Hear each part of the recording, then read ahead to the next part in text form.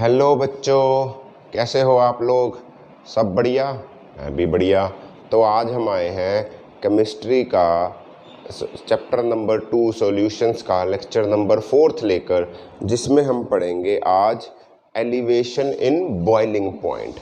Elevation in boiling point क्या है? एक कॉलिगेटिव प्रॉपर्टीज़ हैं। हमने लास्ट लेक्चर में कॉलिगेटिव प्रॉपर्टी स्टार्ट की थी, जिसमें हमने relative lowering in vapour pressure सीखा था। हमारे सिलेबस में 4 कॉलिगेटिव प्रॉपर्टीज़ हैं। जिसने किसी ने पुरानी वीडियोस ना देखी, उसका लिंक डिस्क्रिप्शन में दे दिया गया है, तो पहले वो वीडियोस देखें, कॉलिगेटिव प्रॉपर्टीज़ को समझें, तब जाकर ये लेक्चर देखना। ठीक है, तो बिना टाइम वेस्ट किए स्टार्ट करते हैं आज का टॉपिक, जो कि है elevation in boiling point. Elevation in boiling point, elevation in boiling point. Elevation in boiling point is a colligative property. जो बच्चे नए हैं उनको समझा देता हूँ। एलिवेशन इन बॉइलिंग पॉइंट एक कॉलिगेटिव प्रॉपर्टी है। अभी कॉलिगेटिव प्रॉपर्टी का मतलब क्या है? कॉलिगेटिव प्रॉपर्टी का मतलब ये होता है कि वो प्रॉपर्टी जो सिर्फ और सिर्फ नंबर ऑफ सोल्यूट पार्टिकल्स पे डिपेंड करे, नेचर ऑफ सोल्यूट पे ना करे। तो ये बॉइलिंग पॉइंट जो प्रॉपर्टी है, एलिवेशन इन बॉइलिंग पॉइंट, ये सिर्फ और सिर्फ नंबर ऑफ सोल्यूट पार्टिकल्स पे डिपेंड करती है, ना कि नेचर ऑफ सोल्यूट पार्टिकल्स पे। समझे? ऐसे ही हमने relative lowering in vapour pressure किया था यार। जिसने नहीं देखा वो जाके वीडियो देखे, आसान सा कंसेप्ट है, समझ में आ जाएगा। जिसको कुछ भी नहीं पता ना, कुछ भी नहीं पता इस चैप्टर के बारे में, वो भी अगर वीडियो देख लेगा उसको चैप्टर समझ में आ जाएगा। तो प्लीज़ जाइए, पहले वो वीडियो देखिए और फिर इस लेक्चर पे आइए। ठीक है? ओके, ठीक है जी। तो हम बात करते हैं एलिवेशन इन बॉइलिंग पॉइंट की। तो बात ये है कि एलिवेशन इन बॉइलिंग पॉइंट का मतलब क्या है? एलिवेशन इन बॉइलिंग पॉइंट का मतलब क्या है? मतलब ये है कि मान लो यार एक प्योर ए है, प्योर बी है। हमने दोनों को क्या किया सर? मिक्स कर दिया। देखो, ये है नॉन वोलाटाइल सोल्यूट यार, ये है नॉन वोलाटाइल सोल्यूट, और ये है वोलाटाइल सॉल्वेंट। समझ रखना, याद रखना बात को। ये वोलाटाइल सॉल्वेंट है और ये नॉन वोलाटाइल सोल्यूट है। हमने जब दोनों को मिक्स किया, देखो यार, इसका वेपर प्रेशर होगा P0A, याद होगा।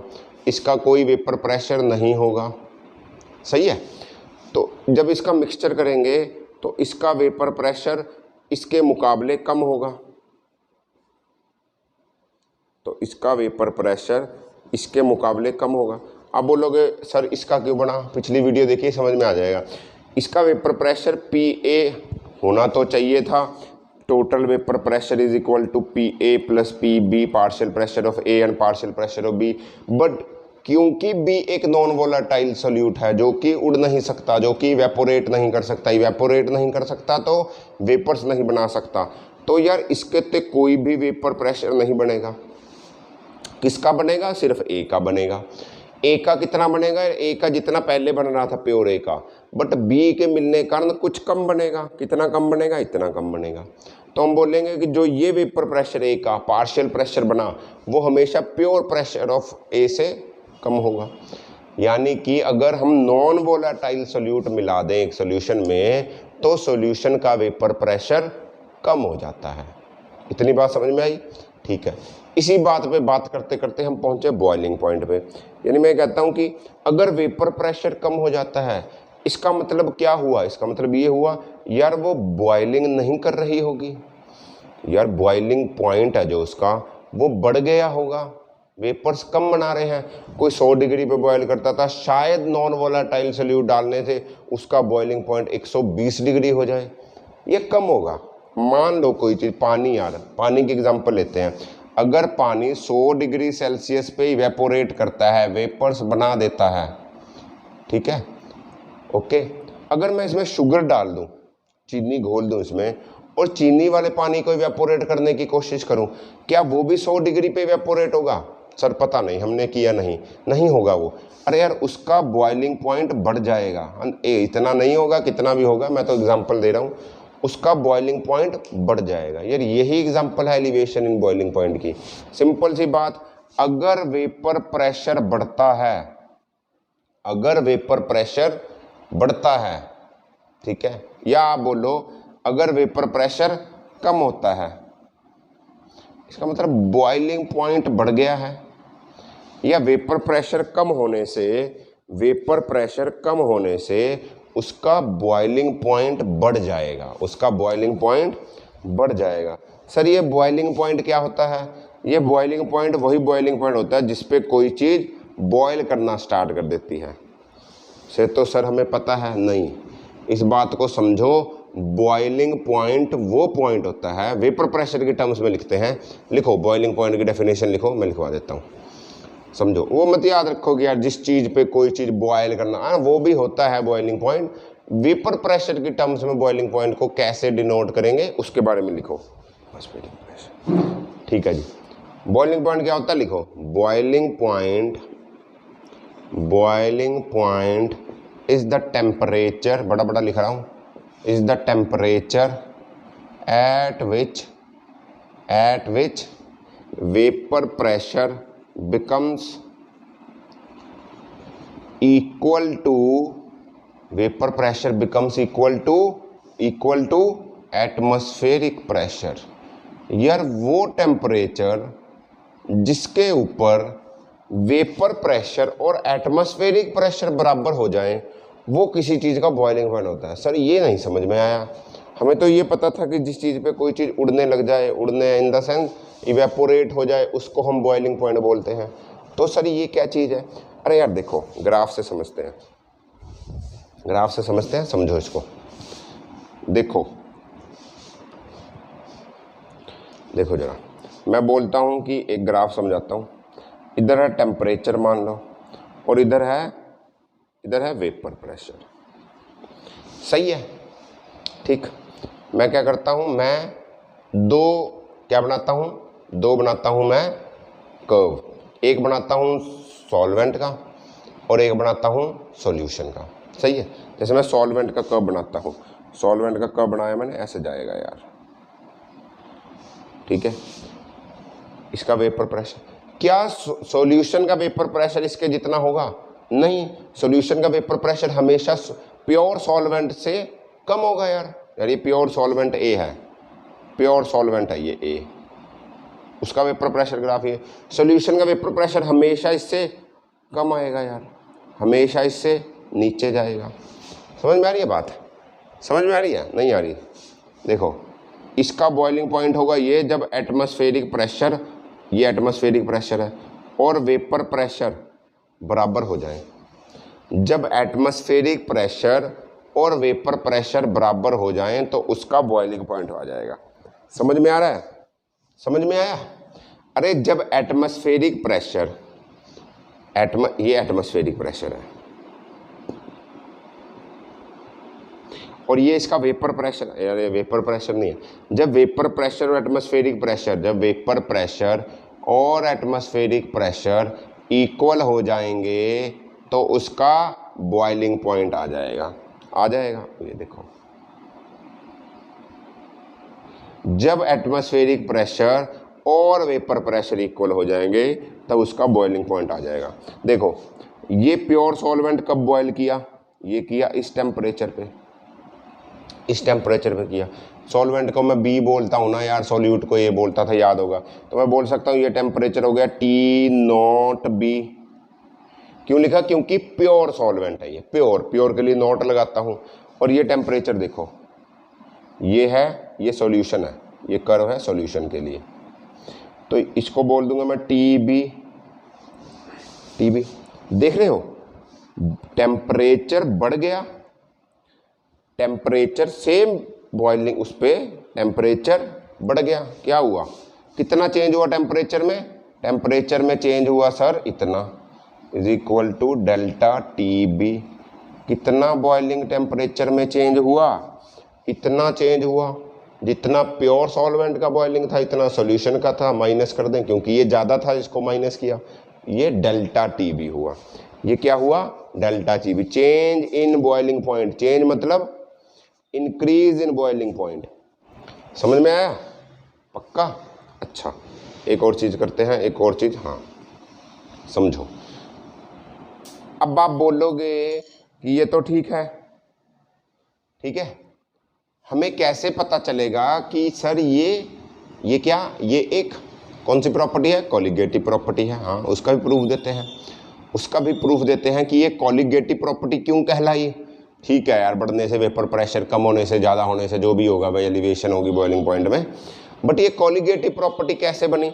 देखो यार, ये कॉलिगेटिव प्रॉपर्टी ऐसे बनी, तुम बताओ मुझे, जो चेंज इन टेम्परेचर हुआ, जो चेंज इन टेम्परेचर हुआ वो डायरेक्टली प्रोपोर्शनल होगा मोलैलिटी के, मोलैलिटी के नहीं होगा, ठीक है, होगा ना, मोलैलिटी का छोटे हम से डिनोट कर देते हैं, ठीक। अच्छा, मोलैलिटी क्या होती है, तो ये होगा मोलैलिटी होती है, हाँ होती है number of moles of solute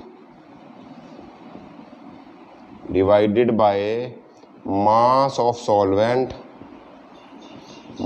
solvent in kg। आ गया? नहीं सर, आया नहीं। अरे यार, क्या कह रहा है ये, जो डेल्टा TB है वो डायरेक्टली प्रोपोर्शनल हुआ number of moles of solute के। अरे यही तो कोलिगेटिव प्रॉपर्टी होती है कि जो चीज़ नंबर ऑफ मोल्स पे डिपेंड करे, ना कि उसके नेचर पे, किसके, सोल्यूट के मोल्स पे। ये देखो, ओके, सही है। अच्छा चलो ऐसा कर देते हैं, तो मैं इसको ऐसा लिख देता हूँ, इज इक्वल टू के इंटू एम। अरे यार, मैंने क्या किया, मोलैलिटी रख दिया, उसकी जगह कांस्टेंट ले आया। इस कांस्टेंट को बोलते हैं KB, लो बॉइलिंग वाला, क्योंकि फ्रीजिंग में KF आएगा, हम इसको बॉइलिंग वाला बोल देते हैं। इस KB को बोलते हैं मोलल एलिवेशन कांस्टेंट, या इसका एक और नाम है एब्यूलियोस्कोपिक कांस्टेंट।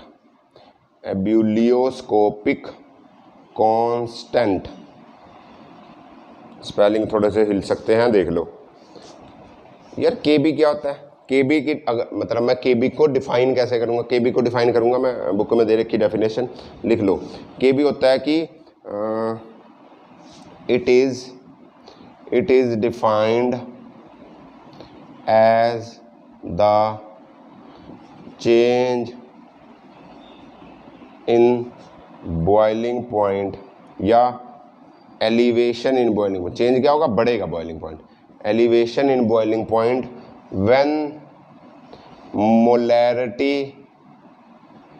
of solution is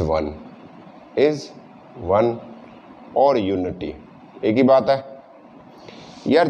कितना चेंज होगा, अभी KB क्या बताता है, KB ना एक प्रॉपर्टी है सॉल्यूशन की, KB is the property of a solution. ये एक सॉल्यूशन की प्रॉपर्टी होती है। इसको कैसे डिफाइन करते हैं, ऐसे करते हैं, KB यानी कि मोलर एलिवेशन कांस्टेंट या एब्यूलियोस्कोपिक कांस्टेंट। इसको डिफाइन करते हैं कि ये कितना बॉइलिंग पॉइंट में चेंज हुआ जब मोलैरिटी सॉल्यूशन की मोलैलिटी, जब सॉल्यूशन की मोलैलिटी एक नंबर बढ़ गई, यूनिटी से बढ़ गई, एक यूनिट से बढ़ गई, यानी पहले एक थी मोलैलिटी, अब 2 होगी, तो बॉइलिंग पॉइंट में कितना चेंज होगा यार। तो बॉइलिंग पॉइंट कितना, देखो यार, बॉइलिंग पॉइंट का चेंज किससे डायरेक्टली प्रोपोर्शनल है, मोलैलिटी से। अगर मोलैलिटी बढ़ेगी तो बॉइलिंग पॉइंट बढ़ता जाएगा चेंज उसका। तो अगर मैंने मोलैलिटी 1 बढ़ा दी, 1 यूनिट बढ़ा दी, तो बॉइलिंग पॉइंट में कितना चेंज आएगा। इसको डिफाइन करता है कौन, मोलर एलिवेशन कांस्टेंट। एक कांस्टेंट है, एक तरह से प्रॉपर्टी ऑफ सॉल्यूशन है, ठीक है। एक डिग्री पे हर एक चीज़ का अलग अलग KB निकाल लेंगे, उसकी वैल्यू पुट करते रहेंगे। वाटर का ज़्यादातर तो याद रखना पड़ेगा, गिवन नहीं होता, नहीं न्यूमेरिकल में गिवन भी होगा। समझ में आई बात, पक्का। अच्छा, इसकी यूनिट क्या होगी, इसकी यूनिट्स क्या होगी, इसकी यूनिट होगी केल्विन kg पर मोल। याद रखना, किसकी, इसकी यूनिट है ये। ओके, पक्का, ओके, ठीक है, चले, ओके सर। न्यूमेरिकल करते हैं, समझ में आएगा, ठीक है। बस इतना ही है, थ्योरेटिकल तो कुछ भी नहीं है। कि होती क्या है यार, क्या एलिवेशन इन बॉइलिंग पॉइंट क्या होता है, ये कोलिगेटिव कैसी प्रॉपर्टी कैसे बनी, समझ में आया ना, समझ में आ गया होगा ना। और इसकी यूनिट क्या है, एबुलियोस्कोपिक कांस्टेंट क्या है, मोलर एलिवेशन कांस्टेंट केबी क्या है, उसकी डेफिनेशन क्या है, यही पूछ लेगा पेपर में। और क्या आएगा, और क्या आएगा, क्वेश्चन आ जाएगा ये लो। और क्या आएगा, क्वेश्चन आ जाएगा। क्या क्वेश्चन आएगा, ये बोलेगा कि 18 ग्राम ऑफ C6H12O6 कौन होता है, ये ग्लूकोज, ठीक है। It is dissolve in water. यार वाटर का बॉइलिंग पॉइंट है 373 केल्विन। किसका है ये, वाटर का बॉइलिंग पॉइंट है, वाटर का बॉइलिंग पॉइंट है 373 केल्विन, सही है। ये कहता है find boiling point of solution. Solution का बॉइलिंग पॉइंट बताओ अगर Kb की वैल्यू गिवन हो 0.52 केल्विन Kg पर मोल। लो, बड़ा ही आसान सा क्वेश्चन है यार, कुछ भी नहीं करना, ट्राई करें खुद, नहीं मैं करता हूँ। हो गया, नहीं हुआ सर, ये देखो delta TB is equal to KB into molality, सही है। अच्छा ऐसा कर दो, इन 1 kg कर दो इसको, इन 1 kg ऑफ वाटर, सही है, ओके। अच्छा डेल्टा TB क्या होता है, डेल्टा TB क्या होता है, चेंज कितना हुआ, कितना चेंज हुआ पता नहीं, KB कितना है, KB गिवन है, इनटू मोलैलिटी। मोलैलिटी क्या होती है, mass of solute, mass of solute या number of moles of solute.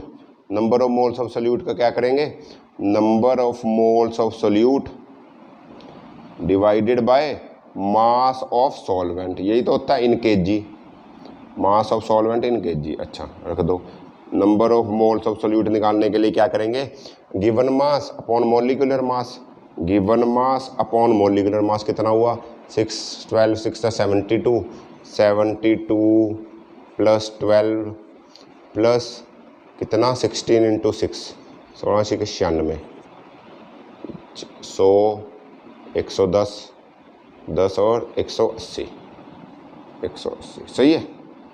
तो ये हुआ 1/10 1/10, ये डिवाइडेड बाय 10 हो गया, और ये हो गया 0.052, क्या केल्विन में आएगा, ये डिग्री में नहीं आएगा, केल्विन में आएगा, सही है। ये आ गया, हमें क्या निकालना है, हमें निकालना है बॉइलिंग पॉइंट ऑफ सोल्यूशन।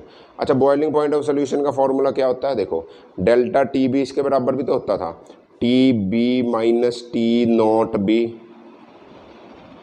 सही है, या उल्टा कर दिया। क्या प्योर का बॉइलिंग पॉइंट ज़्यादा होगा या इसका ज़्यादा होगा, अरे यार सॉल्यूशन का बॉइलिंग पॉइंट ज़्यादा होगा, प्योर का कम होगा, लो जी लो, लो जी लो, ठीक है। डेल्टा TB हमने निकाल लिया 0.52, हमें प्योर वाले का पता है, TB निकाल लेंगे, यही तो सॉल्यूशन का हुआ ना यार, प्योर वाले का हमने निकाला, कितना निकाला 0.052, इसको अच्छा सॉरी T0B तो गिवन था ना, T0B तो गिवन था, कितना गिवन था, ये रहा T0B तो ये गिवन है, T0B है, ये है 373 है, सॉरी। तो TB कितना हुआ, TB हुआ 373.052 केल्विन। सॉल्यूशन का टेम्परेचर कितना बढ़ा, उसमें ग्लूकोज डाल दिएगा 18 ग्राम, इतना हो गया, पहले था इतना, अब सॉल्यूशन का हो गया कितना, ये तो प्योर सॉल्वेंट का था यार, समझ में आया सर, कुछ आ रहा है, एक आधा और क्वेश्चन करते हैं, समझ में आ जाएगा, ठीक है जी। अगला क्वेश्चन लिखो, अगला क्वेश्चन लिखो, जो है ये लिख रहा हूँ मैं, खुद करेंगे इस बार, पॉज करेंगे और क्वेश्चन को खुद ट्राई करेंगे, सही है। तो क्वेश्चन है ये जी, क्वेश्चन लिख दो सर, ये लो क्वेश्चन है, the boiling point of benzene, benzene पता ना C6H6 is 353.23 kelvin when 1.80 grams of a non-volatile solute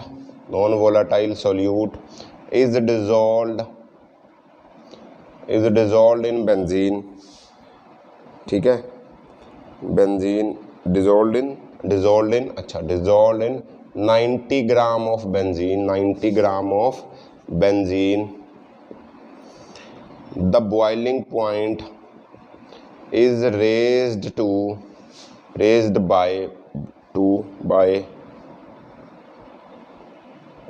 to लिख दो 354.11 kelvin. Calculate the molar mass of the solute if Kb is 2.53, Kb given है 2.53, find molar mass of solute, molar mass of solute, ठीक है जी। Question number है ये 2, खुद करेंगे, मैं 3 तक गिनता हूँ, पॉज करेंगे और खुद करेंगे, ठीक है जी, रुकना नहीं है, करते रहेंगे। देखो जी गिवन क्या क्या है, boiling point of benzene given है जिसका इतना है, 180 ग्राम में 1.80 ग्राम सोल्यूट डाल दिया तो इतना हो गया इतना। अच्छा तो ये है जो ये है सॉल्यूशन का बॉइलिंग पॉइंट, यार देखो ये है सॉल्यूशन का बॉइलिंग पॉइंट और ये है प्योर सॉल्वेंट का बॉइलिंग पॉइंट, सही है ना, कोई गलती नहीं ना कर रहा। Kb भी गिवन है यार, जो गिवन है पहले लिख लो, और क्या गिवन है, और एक मास गिवन है, ये तो है सॉल्यूट का मास, सही है, इसको बाद में देखेंगे। अच्छा ये गिवन है, मैं चेंज निकाल सकता हूँ यार, कितना चेंज हुआ, लो चेंज निकाल लो, delta TB is equal to TB minus ये यानी कि 3,451 माइनस 353.23, सही है, कितना आएगा, इसको सॉल्व करो यार ज़रा, कितना आएगा, इसमें से जाएंगे ये कितना आएगा, ये आएगा जी 0.88 क्या केल्विन। डेल्टा TB आ गया पक्का जी। अब ऊपर वाला रब कर दूं ऊपर वाला रब, अब ज़रूरत नहीं है इसकी, बस याद रखना 1.80 ग्राम है और वो 90 ग्राम है, ठीक। देखो यहाँ करते हैं, Kb की वैल्यू भी रब होगी, चलो गोली मारो यार, यहीं देखते हैं लोग। अब क्या हो गया, ये डेल्टा TB किसके बराबर होता है यार, डेल्टा TB का ये भी तो फॉर्मूला होता है m, डेल्टा TB आए ये 0.88, Kb की वैल्यू कितनी थी